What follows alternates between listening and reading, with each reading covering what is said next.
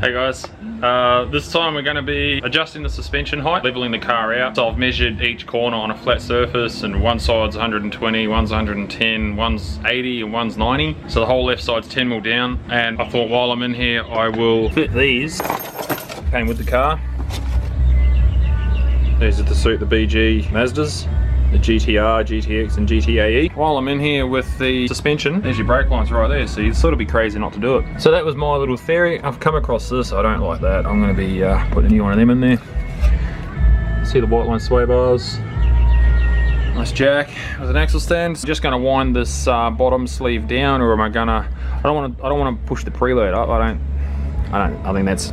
think I might be taking it off the hub, winding this down, and then putting this lock collar back on. I think it's the best way out of that, because I don't want to really change the preload or do anything with the preload on that. So yeah, I'll just be taking this off the hub.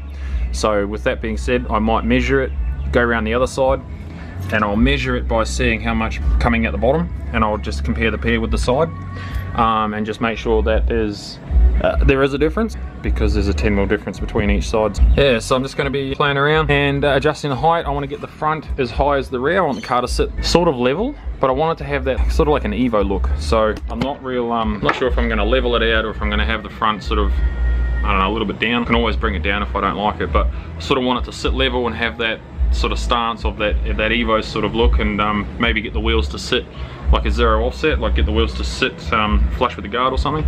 So that'll be cool. Got Sarah over there helping me out today. So yeah, we'll make a start on that. So pretty much just having a quick eyeball. I've counted 6 threads in there, and I've measured 10mm sort of overhang, if you want to call it. And remembering it's 10mm lower on the passenger side. And I've actually, you can see that I've counted 10 threads there, and that is only 6mm further down. So this one needs to go up to match, but what I'll do on the other one is wind it down.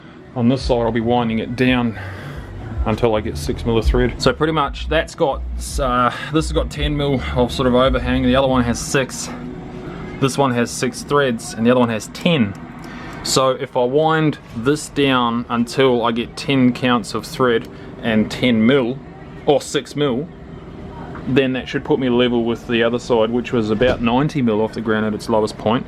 But if I want to go to 100, then I work out that I should pretty much wind this down until it's flush, or maybe just below, and maybe get, I don't know, 13 or 14 counts of a thread. So I'll take this off the knuckle, wind it down, and the other side wind it down until I get about 14 or 15 thread counts off a complete guesstimation, and I think that should bring the car higher to sit about where I'd like it with the rear right now. So I'll do that, and I can only see how we go. Oh wow, that was really tight. That one there's going to be a real pain to get. Get that out of the way.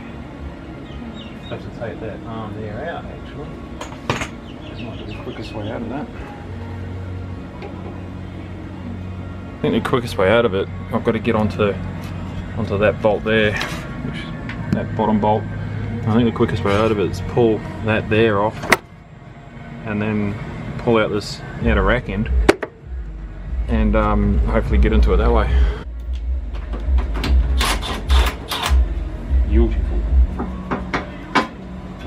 Alright, further. A bit of extra work, but it's definitely saved me in the long run. Made that a lot easier than it otherwise would have been. And now I'll just put the lock on it and undo it. There we go. So what we got now is pretty much the setup pulled apart.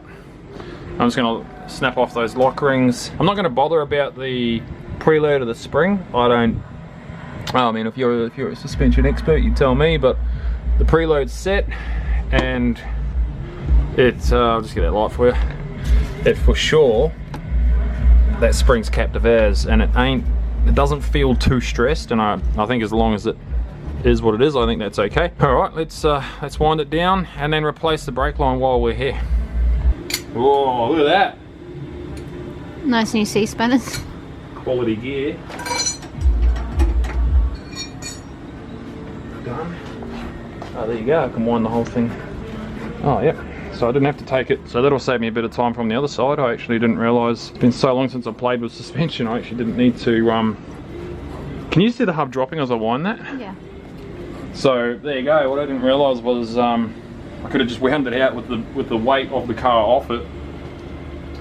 At least I didn't do all 4 corners like that. At least now I've figured it out the first time, and it'll make my job easy for the next one. But so that's cool. I'll keep going and put it all back together, and hopefully it sits. I want it about 120 mil off the ground realistically. Just take that cop baitness out of it, so we don't get hassled.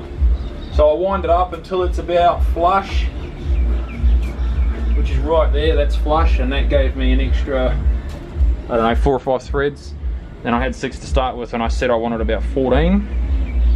My little guesstimations that you make when you do these things. So I might wind the lock collar back down to see where it gives, what it gives me, and I'll go up if I need to. As I said, I wanted about 14. I've got 13.5 or 14, and I'm inside about 3 mil.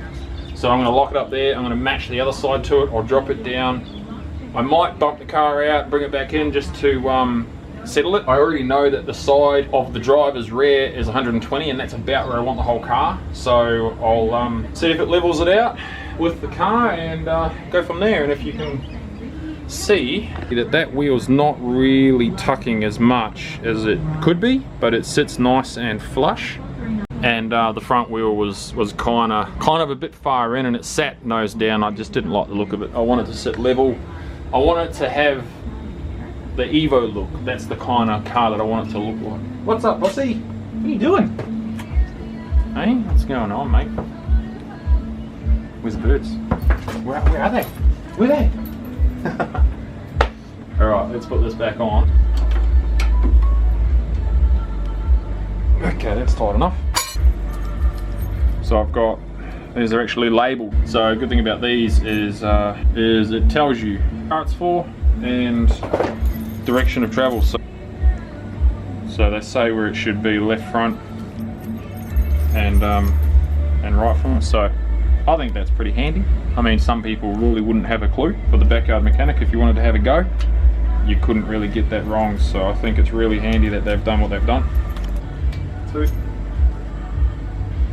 Okay, so that's going to sit down like that.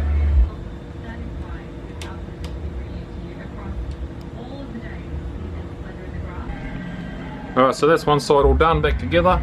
I've got the new brake line on, and I've adjusted the height of the suspension arm. So hopefully that's going to be, I don't know, 20 or so mils higher than it was. If it's not, I'll just keep going.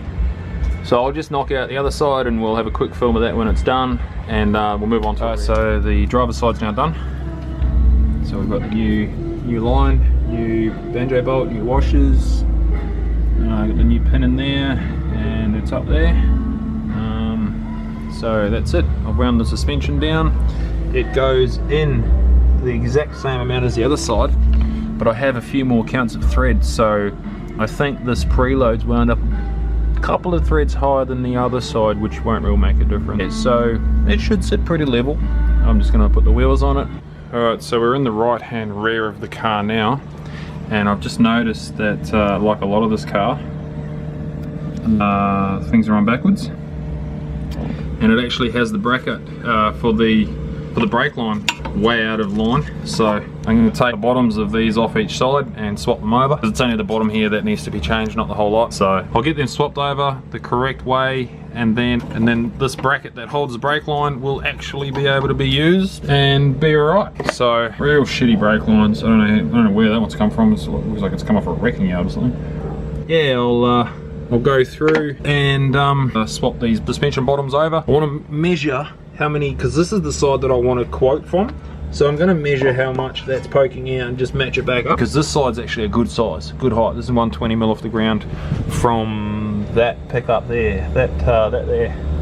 So from that, which was about the lowest point, was 120 off the ground. So I'm happy with that, and that's kind of the reference of the front. So actually, now that I've driven it off and turned it around, the front should have settled. And yeah, there's a bit of wheel gap there now, which there wasn't. So yeah, it looks cool. We'll see how we go with it. All right, well, here's something I didn't really think of. as I'm winding this down, it's going to hit the axle and I can move it out of the way, but then that bracket there that holds this hub, the knuckle, is just going to smack into everything. So easiest way about it is remove it. There's one of the bolts there and the other one's up and behind it. So this trim panel here has to come out, which luckily for it isn't that hard. Alright, so I got the trim panel out and she's bloody mint right there. As you can see, the panels on the inside are mint. So we'll just get on to knocking them out, drop that strut right down. It won't even be a big deal. Heaps easier, heaps quicker than just stupidly trying to unwind it.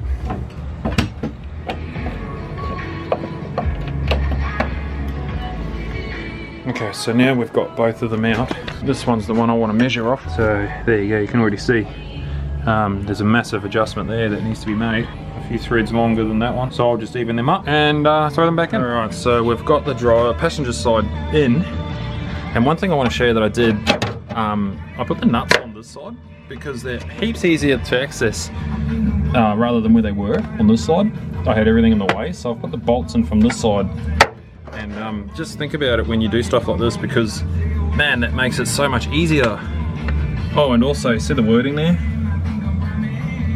Yeah. Alright, so I'll do the other side. I'm not going to bleed them tonight. I'm going to just get it back together, get it out of here using the handbrake, go and park it up, go and have some dinner, and then I'll degrease the ground, clean the ground up, and so it doesn't stain. Tomorrow I'll bleed them and life will be good. Thanks for watching. Comment below if you liked it or if it's shit. Yeah, another thing done on the GTX. It looks nice and level. Alright guys, that's the end of another one. So thanks for watching, thanks for staying in and watching all the videos that I put up. I pretty much just do it for the fun of it and give you guys something to do, something to see. So tomorrow when I get home I'll finish and I'll just bleed the brakes. Yeah, see you next time.